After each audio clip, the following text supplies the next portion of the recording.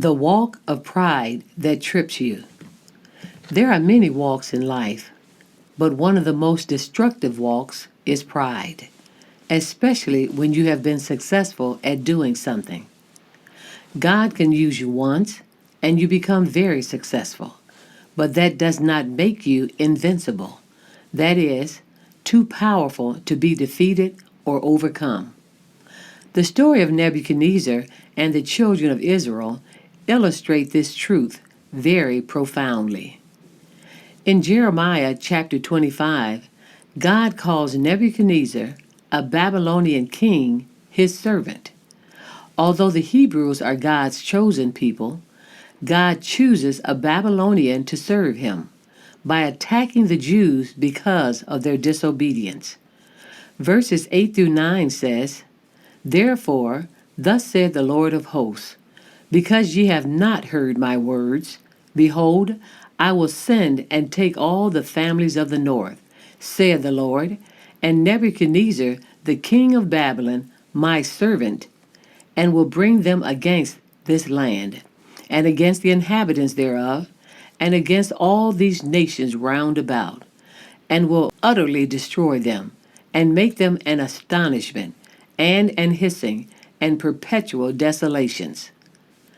Nebuchadnezzar should have been humbled that God would even look in his direction, let alone use him as a disciplinary object for his chosen people Israel. However, as time passes, we find Nebuchadnezzar began to walk in pride that tripped him or caused him to fall. Daniel chapter 4, verses 30 through 33 continues the story of Nebuchadnezzar's pride, which says, The king Nebuchadnezzar spake, and said, Is not this great Babylon that I have built for the house of the kingdom by the might of my power, and for the honor of my majesty? While the word was in the king's mouth, there fell a voice from heaven, saying, O King Nebuchadnezzar, to thee it is spoken, the kingdom is departed from thee, and they shall drive thee from men, and thy dwelling shall be with the beasts of the field. They shall make thee to eat grass as oxen, and 7 times or 7 years shall pass over thee, until thou know that the Most High ruleth in the kingdom of men, and giveth it to whomsoever he will. The same hour was the thing fulfilled upon Nebuchadnezzar, and he was driven from men, and did eat grass as oxen, till his hairs were grown like eagle's feathers, and his nails like birds' claws. Pride humiliates you. So why take the walk of pride and fall? After 7 years of dealing with the consequences of his walk with pride, Nebuchadnezzar says in verses 34 through 37, And at the end of days, I, Nebuchadnezzar, lifted up my eyes unto heaven, and mine understanding returned unto me.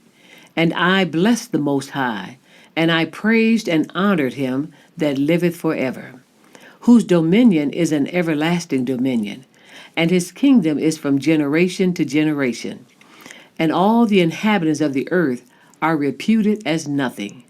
And he doeth according to his will in the army of heaven, and among the inhabitants of the earth. And none shall stay his hand, or say unto him, What doest thou? At the same time my reason returned unto me, and I was established in my kingdom, and excellent majesty was added unto me. Now I, Nebuchadnezzar, praise and extol and honor the King of heaven, all whose works are truth, and his ways judgment, and those who walk in pride, he is able to abase or humble. Pride may feel good for a while, but it will eventually trip you up.